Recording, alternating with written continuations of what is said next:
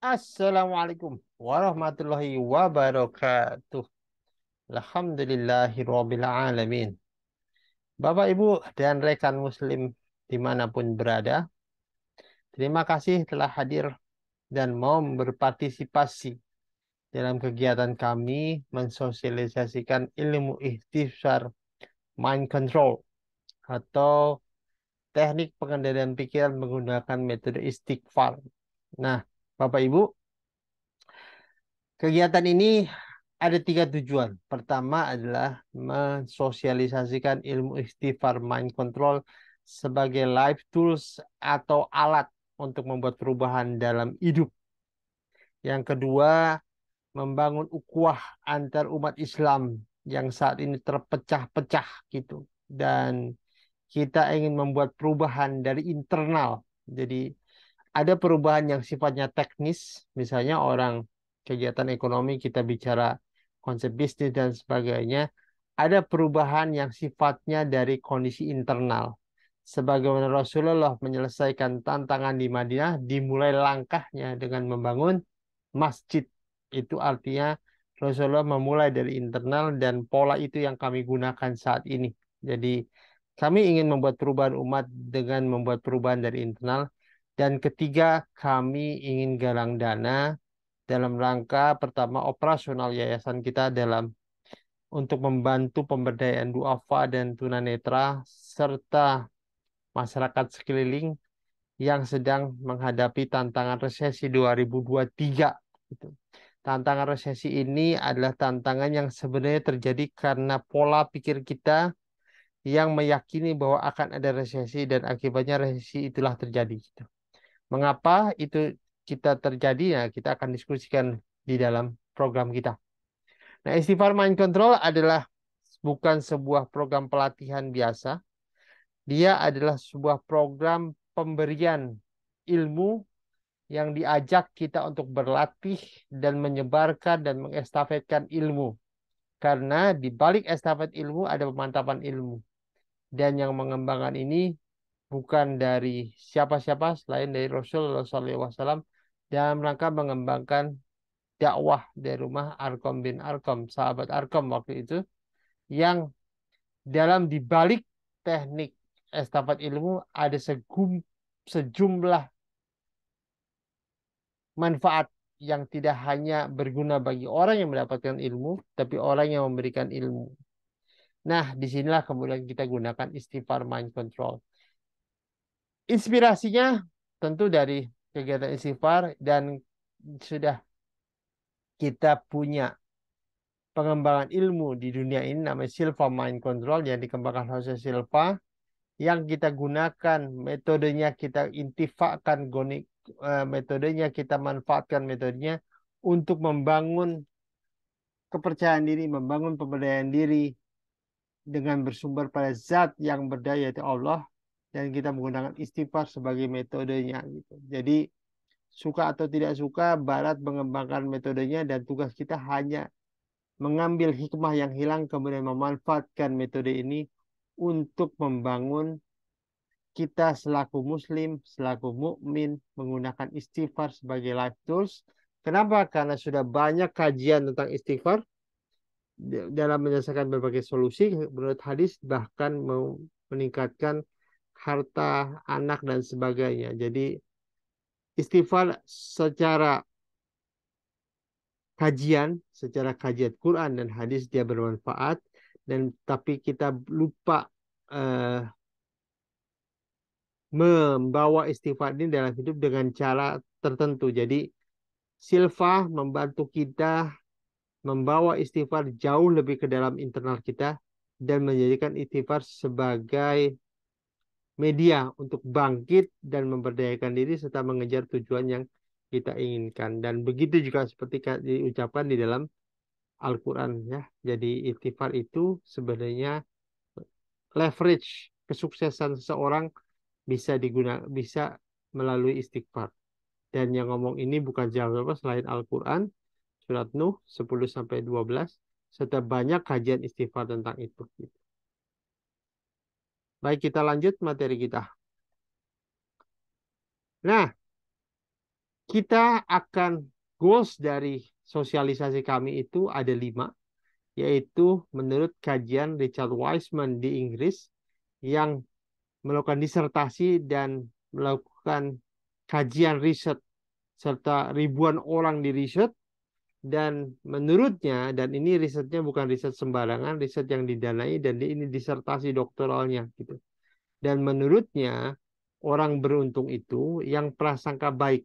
Jadi sebenarnya dia melakukan kajian atau riset husnuzon, tapi ada yang mensponsori. Bayangkan saja di London, di London, maaf, di Inggris kegiatan ini, dan sekarang dia menjadi profesor doktor. Dan ini adalah waktu dia menjadi doktor, sehingga hasil disertasinya dibukukan dalam ilmu namanya luck factor.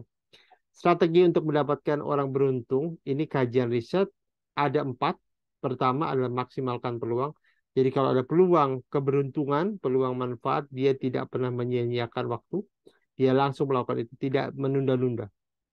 Yang kedua, orang yang beruntung itu punya memanfaatkan intuisi kebaikan. Jadi kalau kita lagi jalan atau kita ada ilham atau ada semacam informasi di dalam internal, sapa ya, atau mampir ke rumah orang, maka mampirlah itu. Bila itu teman kita, dan mampirlah bila itu sebuah intuisi kebaikan.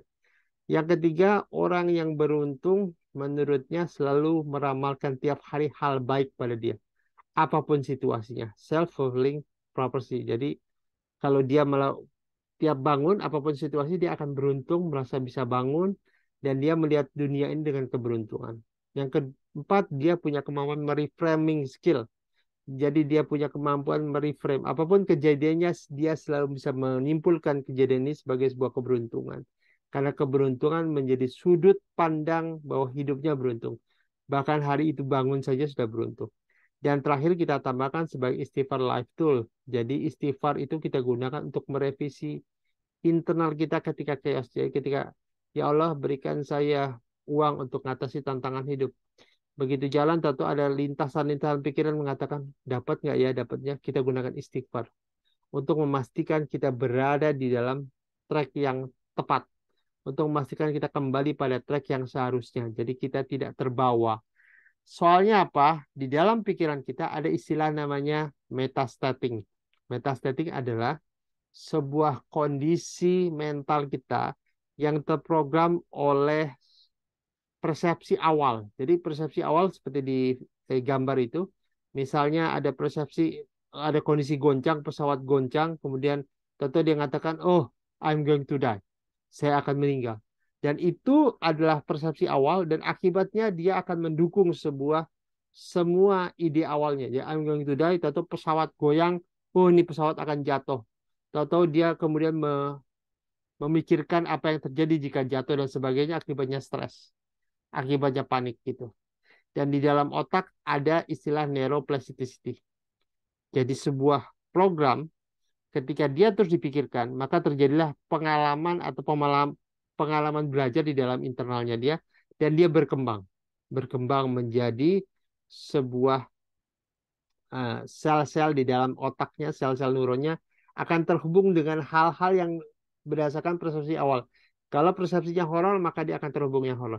Tapi kalau persepsinya kebaikan, dia akan terhubung pada hal-hal baik. Jadi kalau kita memulai hidup kita dengan istighfar, kita minta ampun pada Allah, dan di balik kata istighfar sebenarnya kita mengakui ada zat yang dahsyat, zat yang mencintai kita, zat yang akan menjaga kita, zat juga yang maha kuasa atas kita, juga zat yang menguasai alam semesta ini gitu.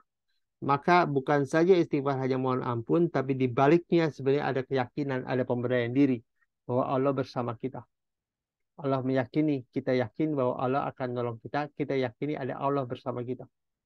Maka kalau itu yang dilakukan, neuroplasticity-nya menjadi sebuah hal kebaikan bagi kita. Maka kita gunakanlah istighfar sebagai life tools, sebagai alat untuk bisa menjalankan 4 hal: memaksimalkan peluang, memanfaatkan intuisi kebaikan, meramalkan hal baik tentang hidup kita, jadi kita berekspektasi hal baik, dan kita menggunakan kemampuan atau teknik membingkai ulang tantangan yang ada gitu. Dan menurut Richard Wiseman, karena dia bukan Muslim ya, dia melakukan checking pada orang-orang yang beruntung. Dan dia bawa ke pacuan kuda. Dan menurutnya, hasil kajiannya, orang-orang beruntung ini bukan berarti tidak pernah rugi. Dia pernah rugi satu dua, tapi setiap rugi dia ramalkan hal baik di next berikutnya. Sebagaimana Thomas Alva Edison, ketika dia gagal lampu satu, dia ramalkan akan ketemu hal baik ke depannya dan dia terus lakukan itu sampai ketemu lampu. Dan ini juga yang terjadi pada orang-orang beruntung. Dan Richard Wiseman melakukan eksperimen. Orang-orang beruntung itu selalu melihat hidupnya beruntung. Jadi dia mensyukuri setiap detik hidupnya. Maka ketika dites ada uang 5 pound sterling di depannya, sebelah di satu tempat di depan rumahnya, dia selalu ketemu. Sebaliknya, orang-orang yang merasa hidupnya adalah kehancuran, tiap hari dia ngedumel, maka dia akan fokus pada gedumelnya. Jadi tidak memperhatikan alam sekitarnya, dan uang 5 poundsnya tidak ketemu. Dan ini dilakukan sampai berapa ribu orang. Dan dia mengkaji dan hasil kajiannya diuji oleh para profesor dokter. Jadi kalau kita sering mengatakan prasangka baik bukan hanya perintah agama, tapi bagi Richard Wiseman ini strategi berpikir untuk membuat hidup kita lebih baik. Ingat Bapak Ibu, hasil diperoleh karena tindakan, tindakan diperoleh karena berpikir. Tentu hasil dalam pengertian ini di luar takdir Allah ya. Kalau takdir Allah menentukan walaupun dia tiduran atau dapat duit ya itu bisa saja terjadi. Tapi secara rata-rata biasanya hasil diperoleh karena tindakan dan tindakan karena proses berpikir. Jadi proses berpikir mendahului tindakan. Gitu. Dan mau dengan kata lain kalau berpikirnya efektif maka tindakan efektif dan insya Allah hasilnya akan efektif. Dan itu berlaku sebaliknya. Gitu. Baik, sekarang kita bicara tentang kajian istighfar dulu. Inspirasi metode IMC, Jose Silva. Dia seorang teknisi radio di kemiliteran. Dia pertama kali dia mengembangkan ilmunya karena bila 10 anaknya itu prestasi belajarnya anjlok gitu. Dan Jose Silva kemudian mulai memperkirakan tentang radio. Jadi bagaimana radio ini bisa berfungsi maksimal? Menurut dia kabel itu listriknya akan berfungsi maksimal bila tidak ada resisten di dalam kabel itu.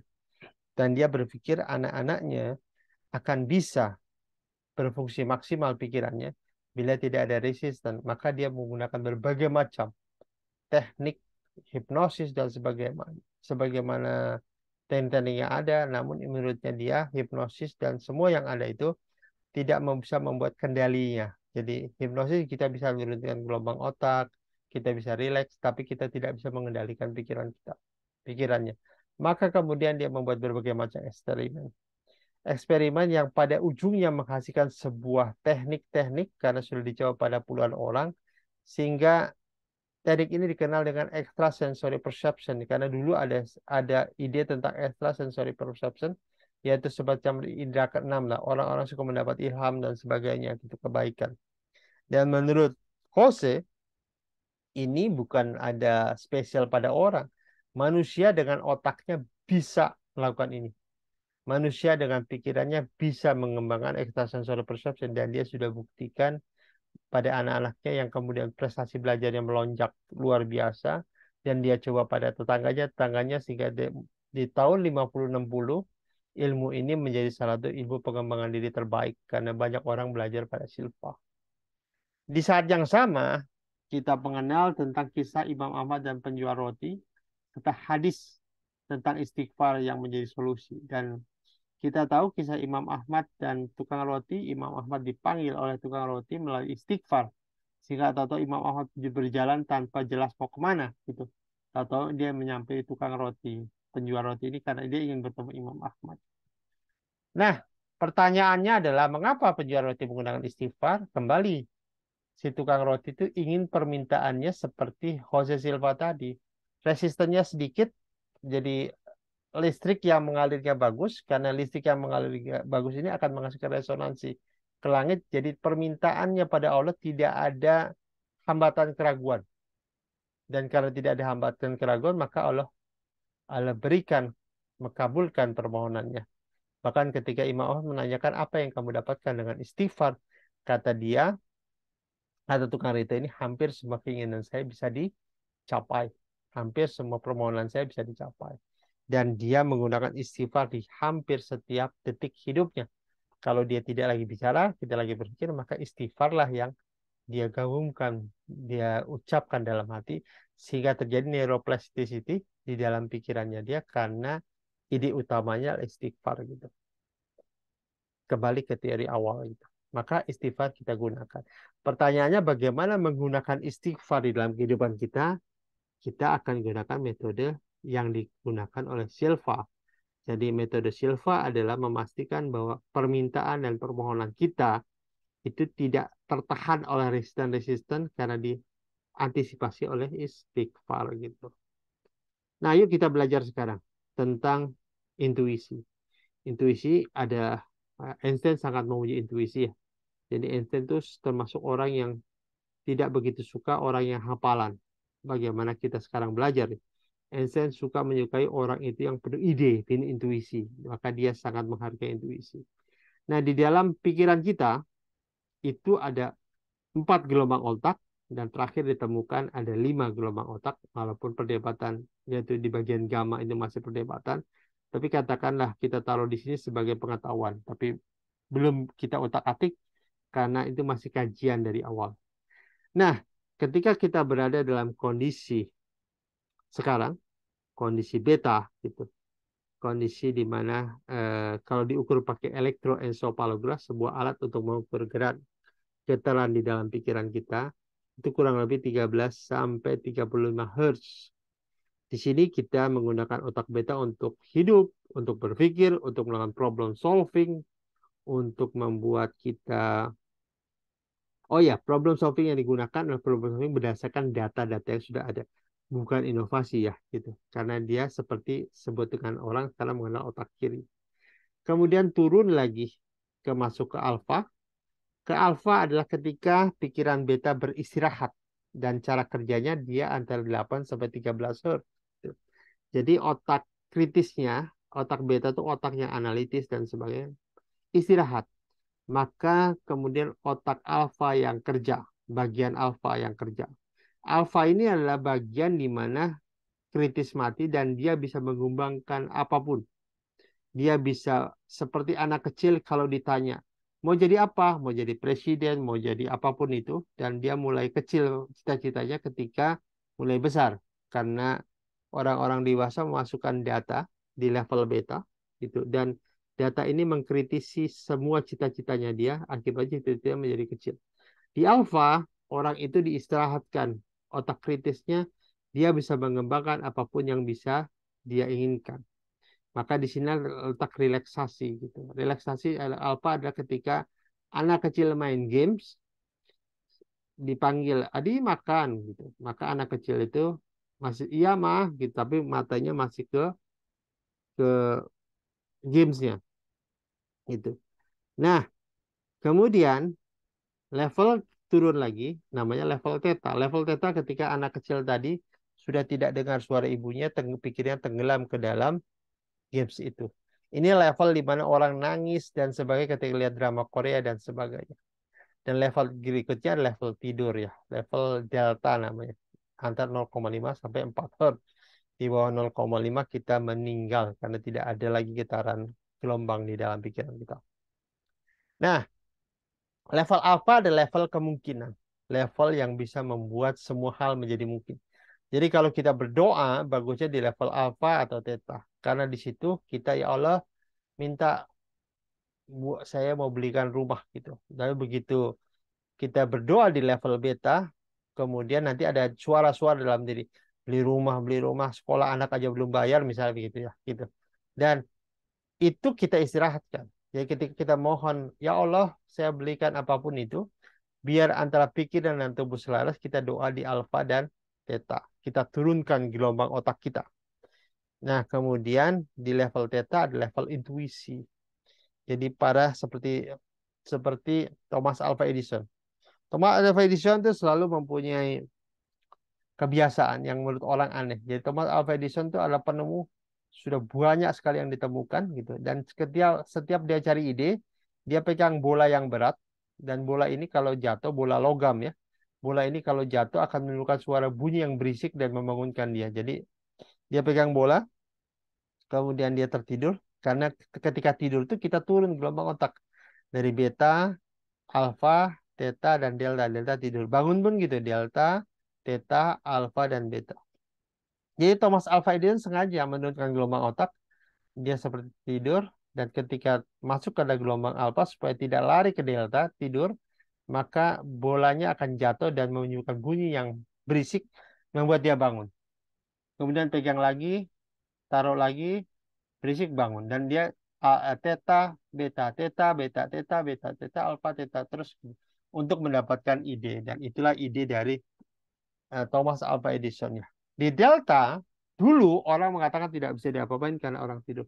Ternyata masih bisa disugesti gitu. Di mana di Delta itu tidak ada batas dan orang mau jadi apapun bisa. Nah, Bapak Ibu, ketika sebuah program sudah diinstal, maka tugas kita hanya mengoperasionalkan bagaimana target itu tercapai. Jadi, tantangan kita adalah bagaimana menaruh input tentang sebuah tujuan supaya tidak dikritisi. Karena begitu sudah diinstal ke dalam pikiran dan kita serius mengajarkannya, maka tugas bagian beta, tugas bagian problem solving menemukan caranya. Jadi cara melakukan istighfar yang benar adalah istighfar ketika turun gelombang otak kita sampai alfa dan beta. Kemudian kita ucapkan keinginan kita. Kita pastikan kita tidak ada lagi kontra antara tujuan kita dan pada ujungnya jadi data itu masuk ke dalam pikiran dan biarkan pikiran mengoperasionalkan, memastikan bahwa kita bisa mencapai tujuan yang kita inginkan.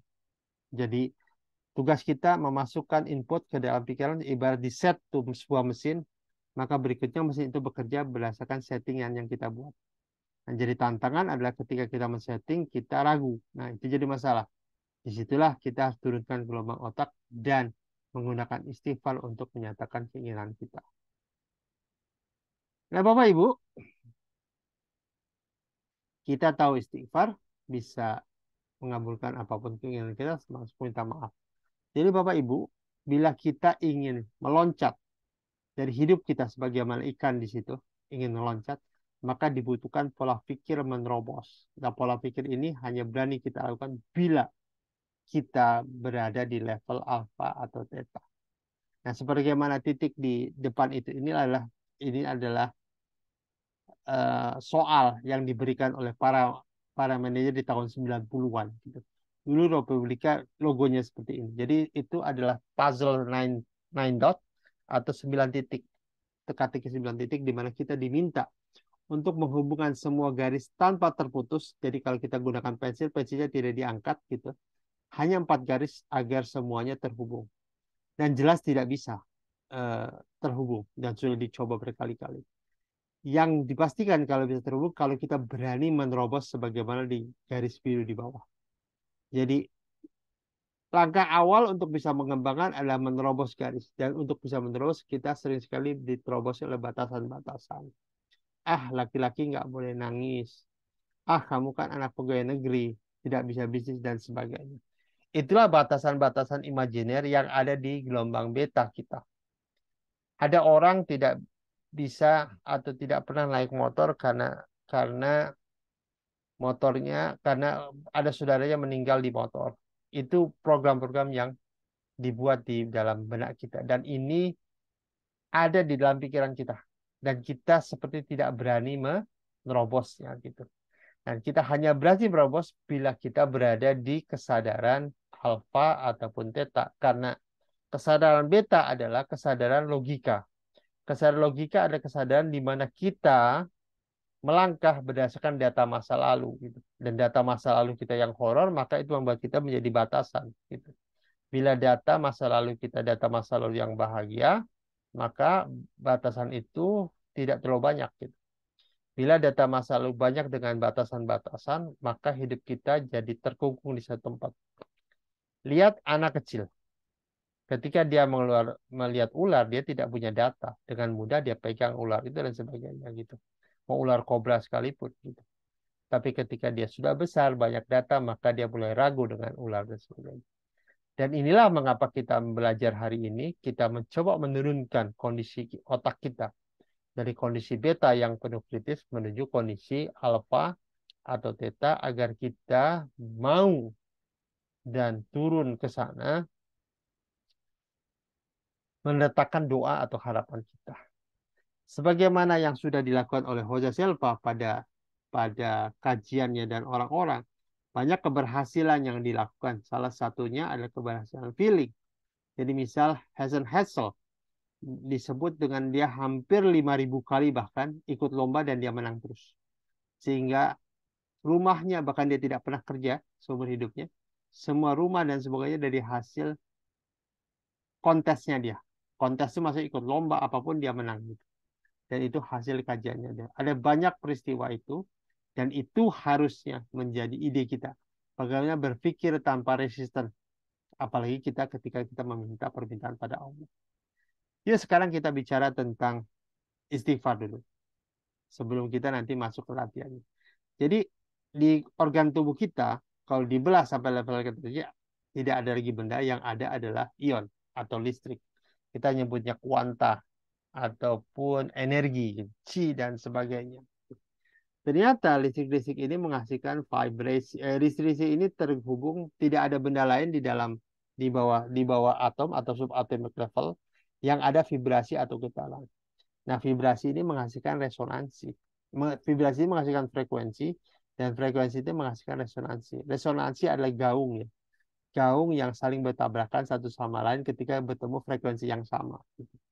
Inilah dasar dari law attraction, dasar dari teori Imam Ahmad dengan tukang roti, di mana ketika tukang roti ini berpikir itu menghasilkan vibrasi.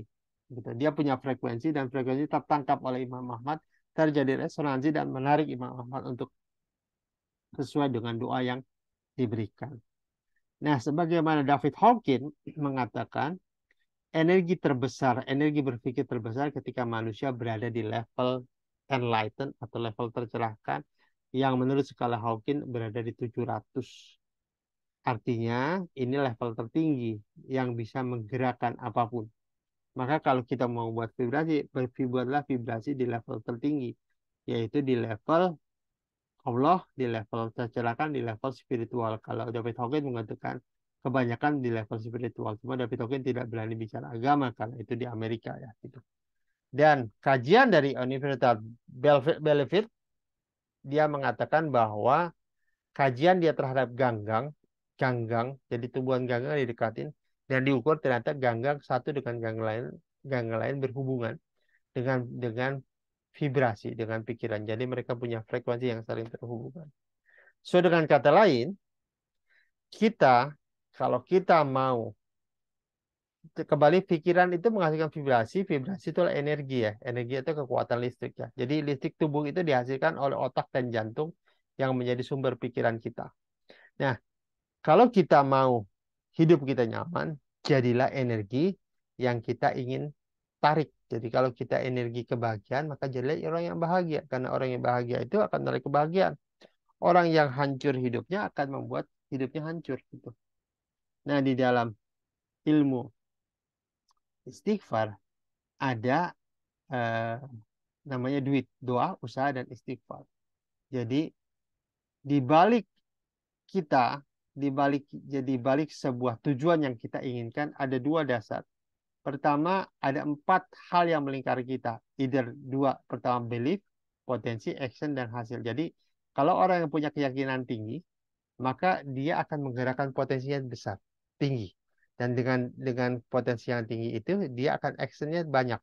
Karena dengan potensi tinggi, keyakinan tinggi, dia akan bergerak banyak. Dan kalau bergerak banyak, hasilnya banyak. Insya Allah hasilnya banyak ya. Gitu. Dan karena hasilnya banyak, keyakinannya makin tinggi. Maka kembali berputar siklus. Gitu.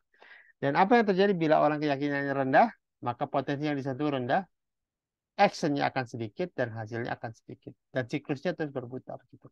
Maka kita gunakan istighfar untuk merevisi setiap ide-ide atau pikiran yang lahir dari kehancuran, dari kerumitan, dari kerusakan, dari hal yang mengintimidasi keinginan kita.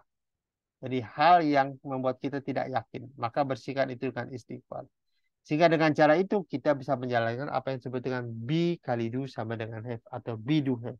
Be itu tentang bagaimana kita berpikir, do itu bagaimana kita mengerjakan dari hasil berpikir dan kita mendapatkan apa pun yang kita inginkan.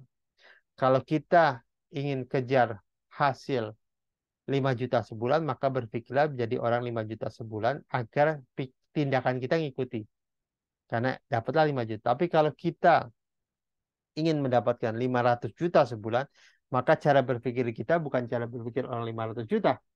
Orang 5 juta, maka kita harus berpikir orang 500 juta agar tindakan kita ngikuti apa yang kita pikirkan. Jadi siklusnya terus berputar. Jadi B itu tentang who are you become. Menjadi siapa kita.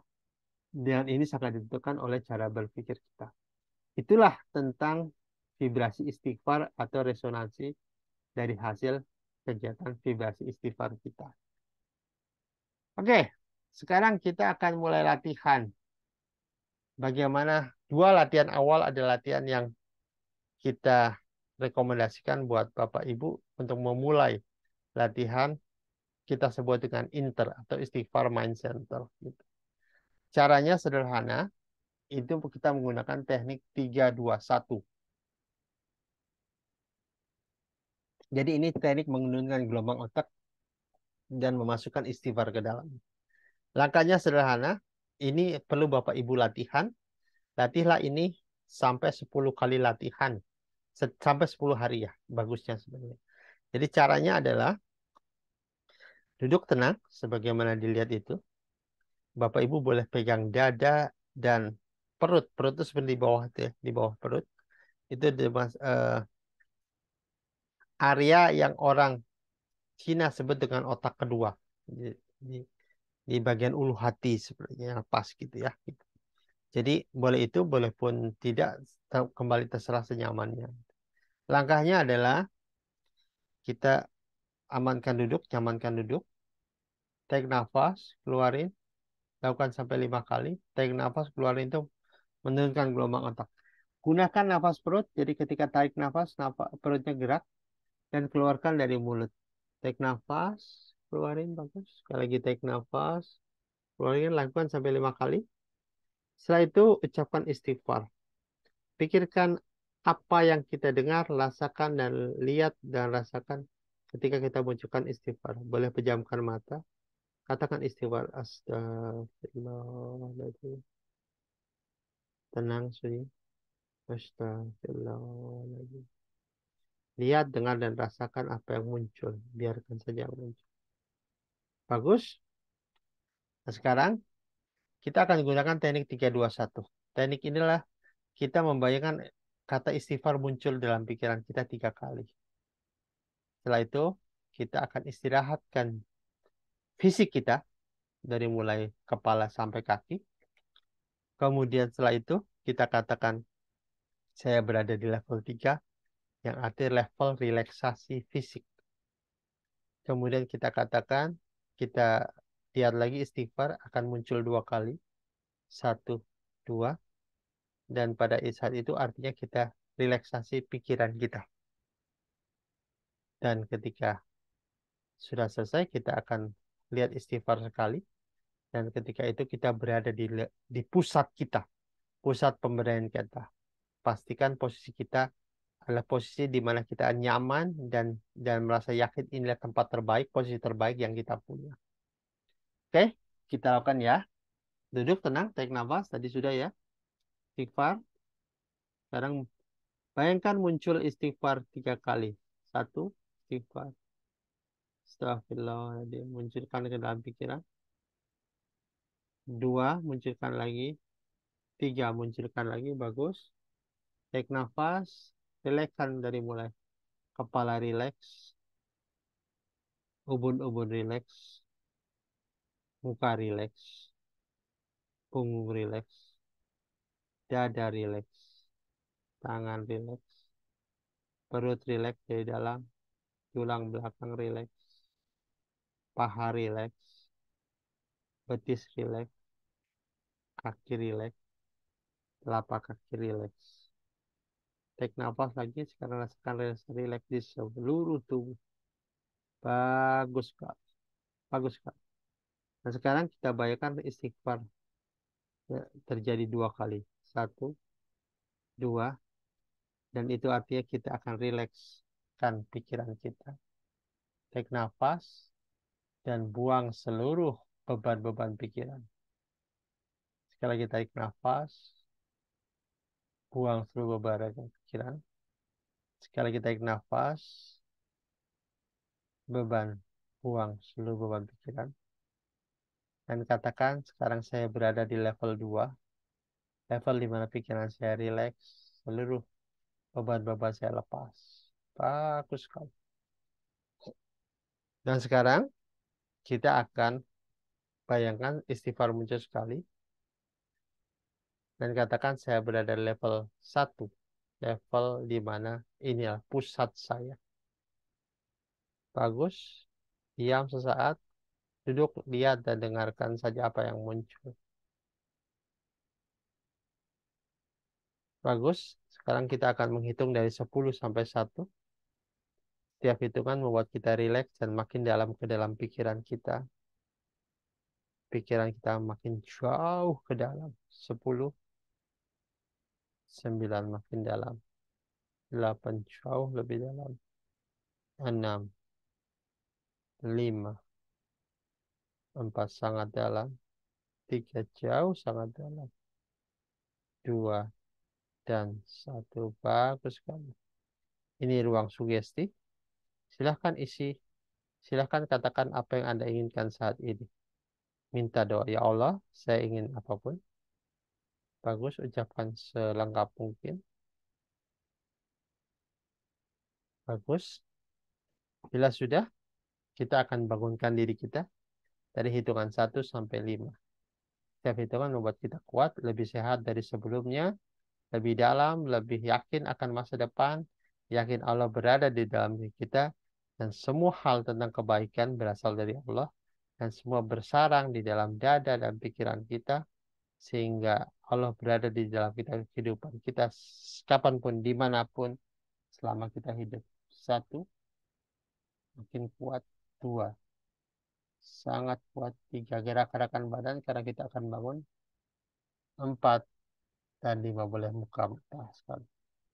Itu adalah contoh yang agak cepat gitu. Jadi Bapak Ibu bisa lakukan lebih rileks. Kalau Bapak Ibu punya permohonan, lakukan permohonan ketika kita sebelum dibangunkan dari hitungan. Cara membangunkannya adalah hitungan 1 sampai 5. Kalau cara menurunkan gelombang otak dari tinggi sampai 1. Nah, Bapak Ibu, di latihan ini Bapak Ibu boleh menghitung dari 100 sampai 1, dari 51 sampai 1, atau dari 10 sampai 1. Perhatikan saja, di konsep ini kita tidak boleh lewat sampai ke theta, bahkan ke delta. Jadi ketika Bapak Ibu menghitung 10 sampai 1 masih kuat, coba hitung 25 sampai 1. Kalau 25 sampai 1 begitu Bapak Ibu sudah terlelap, maka 25 sampai 1 kebesaran. Mulai dari 10 sampai 1. Bila sudah mulai dari 5 sampai 1, mulai 50 sampai 1, bisa mulai dari 100 sampai 1. Ini adalah latihan menurunkan gelombang otak. Ada banyak latihan yang kita kembangkan. Ini latihan dasar. Jadi selama 1 minggu ini, usahakan latihan ini sesering mungkin. Gitu. Nah, sekarang kita akan masuk ke latihan kedua. Latihan kedua adalah latihan memohon permohonan. Cuma permohonannya dilakukan di depan. Jadi kita ingin apa? Kita ingin ya Allah bantu saya membeli rumah misalnya gitu. Kemudian saya akan masuk ke dalam diri saya, dan ketika nanti saya sudah masuk di level alpha dan theta, ini katakan di dalam sebelum kita mulai turun ya, sebelum kita mulai lakukan turun ya. Ketika saya nanti masuk ke dalam gelombang alpha atau theta, ya Allah berikanlah saya rumah dengan berbagai macam uh, aksesoris. Sebutin semua aksesorisnya gitu. Karena nanti ketika kita tidur, kita membayangkan rumah apa, rumah seperti apa, dan katakan saya akan memikirkan itu, saya akan memohonkan itu, selama 5 menit. Boleh 5 menit, boleh 10 menit, atau berapapun sesuai dengan keinginan kita. Gitu. Jadi VAK ya, latihannya adalah pertama, santai, duduk santai, mata boleh terbuka. Lihat apa yang bisa kita lihat, 3 barang. Lihat dalam pikiran kita 3 barang. Kalau lihat bukan hanya lihat ya, tapi lihat explore. Misalnya kita lihat gelas-gelas itu terbuat dari apa, bagaimana membuatnya dan sebagainya. Kemudian boleh pindah ke objek lain, boleh pindah ke objek lain. Jadi 3 visual, 3 apa yang saya lihat, 3 auditory. Auditory ada duduk diam dengarkan. Misalnya ada suara motor. Oh, itu ada suara motor yang berada di depan rumah saya. Gitu. Begitu. Kita explore ya gitu. Kemudian cek perasaan kita yang ada. Cek misalnya kita eh, merasa panas, merasa dingin. Cek gitu. Oh, saya merasa dingin karena ada AC di rumah saya dan sebagainya. 3 VAK. Nanti berikutnya begitu selesai, gunakan 2 VAK, 2 yang bisa kita lihat, 2 kita dengar, dan 2 kinestetik ya, 2 perasaan. Dan biasanya pada saat ini orang sudah terpejam. Kalaupun terpejam, lihat apa yang kita lihat. Dengar apa yang kita dengar, rasakan apa yang kita rasakan. Kemudian setelah itu turun menjadi 1 VAK, 1 visual, 1 auditory, 1 kinestetik. Kita pejamkan mata, kemudian putar mata kita. Jadi di dalam sambil pejamkan mata, putar mata kita seakan-akan kita bisa melihat punggung kita. Dan eh, karena sudah setting di awal, biarkan aja ketika mata berputar, dia masuk, dan kita tidur, tidur apapun itu, biarkan saja tubuh tubuh tenang. Dan bila sudah sering latihan, dia akan bangun sendiri setelah 5 menit. Kalau dari awal settingannya 5 menit. Kalau settingannya 10 menit, maka settingan 10 menit. Jadi ini adalah teknik otomatik ya gitu. Latihan sebelum ini adalah langkahnya adalah latihan alarm. Jadi pertama, sebelum ini dilakukan, Bapak Ibu setel timer atau apapun, katakan ke dalam diri saya akan tidur 2 menit. Kemudian pejamkan mata dan bangun kapanpun Bapak Ibu ingin bangun. Ketika itu bangun, cek sudah pas 2 menit enggak. Kalau belum, lakukan berulang-ulang sampai Bapak Ibu bisa mendapatkan waktu 5 menit. Bila sudah, baru latihan ini. Jadi latihan pertama lakukan 10 hari bersama latihan ini sambil kita melatih alarm itu. Melatih eh, namanya alarm pikiran. Jadi kita memerintahkan pikiran kita untuk men-set waktu. Itu 2 latihan awal Bapak Ibu yang harapannya Bapak Ibu melatih ini untuk bisa terampil dan mendapatkan kesuksesan sebagaimana yang pernah dilakukan oleh para praktisi pemain maupun para praktisi dari mitranya, dari pesertanya Mark Factor ya, Richard Washman ya. Gitu. Nah, Bapak Ibu, itu 2 materi awal. Silahkan dilatih dan nanti kita akan banyak materi berikutnya yang akan diberikan di WA Group ya. Dan bagaimana menggunakannya. Sekarang kita masih latihan dasar. Nah, Bapak Ibu, kami membangun komunitas dengan dari internal sudah di info tadi, dan kami ingin mengembangkan ini sampai ke 2 juta orang, bahkan sampai ke 10 juta orang. Dan cara mengembangkannya adalah dengan sistem estafet. 1 orang estafetkan ilmu pada 2 orang, informasikan, kirimkan kirimkan materi ini dan ajak dia ikut. Jadi ini untuk menjelaskan tentang manfaat. Jadi kirimkan video ini, ajak dia ikut, usahakan kirimkan minimal pada 2 orang. Nanti 2 orang akan lakukan hal yang sama. Jadi dari 1, 2, 8, 16 sampai mencapai 2 juta orang. Dan bila kita serius lakukan, insya Allah di Ramadan kita bisa sampai bahkan lebih dari 2 juta orang. Ini bukan kerjaan kita saja. Dari mulai Rasulullah, semua penyebaran dakwah relatif hampir seperti ini. Dari 1 orang sebarkan ke berikutnya, maka ada istilah sebarkan walau 1 ayat. Gitu. Dan ini adalah teknik yang pertama kali strategi yang dikembangkan oleh Rasulullah di rumah Arkom bin Arkom. Gitu. Jadi Arkom bin Arkom menjadi pusat. Dan kami mungkin akan menjadikan sekretariat kami pusat di Joka, di Jatiwaringin, sebagai sumber pengembangan ilmu. Jadi 1, kedua, dan sebagainya. Jadi kalau ada apa-apa, teman-teman bisa ke sana Nanti kita buat schedule waktu kapan kita latihan gitu. Dan teknik ini juga dikembangkan di Afrika dulu, di Brasil, capoeira, bela diri capoeira. Dalam melawan penjajah Portugis, mereka melatih ini cuma ditutupi dengan tarian. Dan cara melatihnya adalah sama, disebarkan dari orang ke orang gitu. Ingat dulu tidak ada WA ya, tidak ada media sosial, tapi sudah berkembang pada puluhan orang bahkan jutaan orang. Falun Gong tahun 92 mengembangkan dengan cara seperti ini, dari 1 ke 2, 3 dan 4, cuma mereka tidak dibatasi. Kemudian mereka saling menyampaikan lagi sehingga dalam 7 tahun itu mencapai 70 juta orang, bahkan kalau lebih kalau dihitung dengan yang di luar negeri. Sehingga dilarang di Cina karena Cina takut jumlahnya begitu cepat melajunya mengalahkan jumlah anggota komunis saat itu.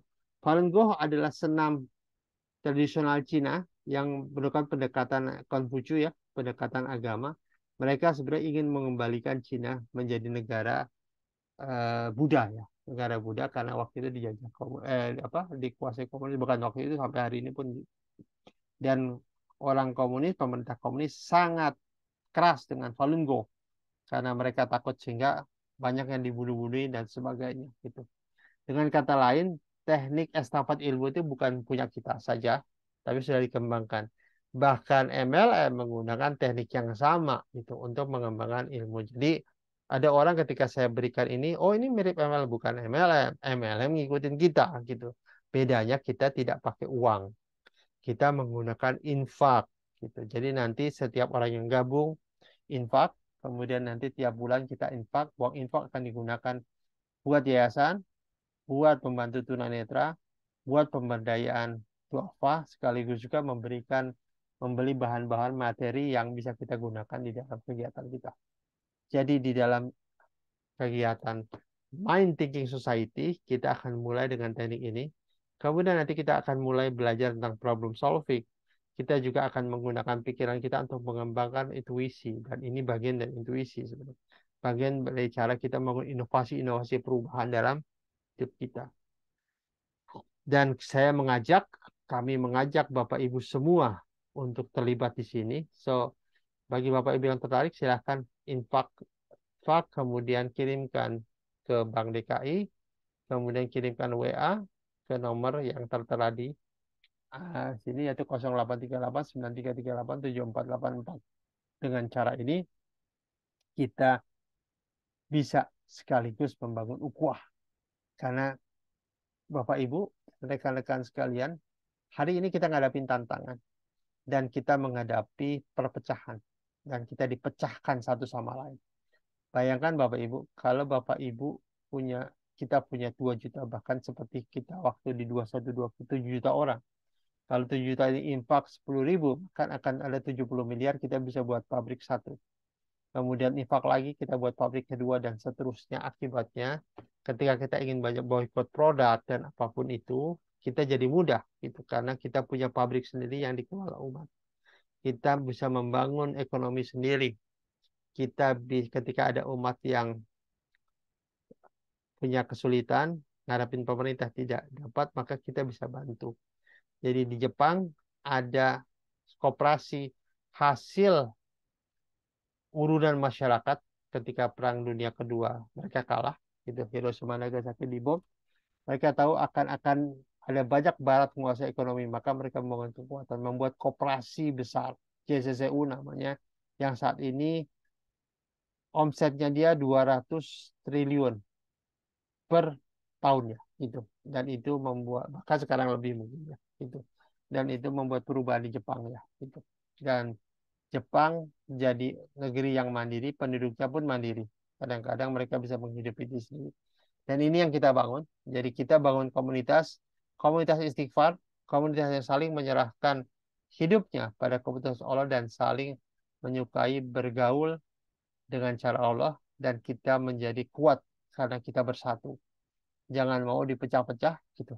Ada beberapa perbedaan dikit ya, ada orang kunut dan tidak kunut, ada yang suka musik dan tidak musik, tapi itu bukan berarti membuat kita berpisah. Kita hanya berbeda di 1-2 hal, tapi kita banyak puluhan bahkan ratusan kesamaan. So, kita bangun Indonesia dengan membuat perubahan dari dalam, sekaligus membangun umat Islam dengan membuat kekuatan, menjaga diri, sekaligus berukhuwah satu sama lain. Baik, sekian dari kami. Kami mengajak Bapak Ibu bergabung. Semoga kita membuat sama-sama bisa membuat perubahan. Sekian dari kami. Assalamualaikum warahmatullahi wabarakatuh.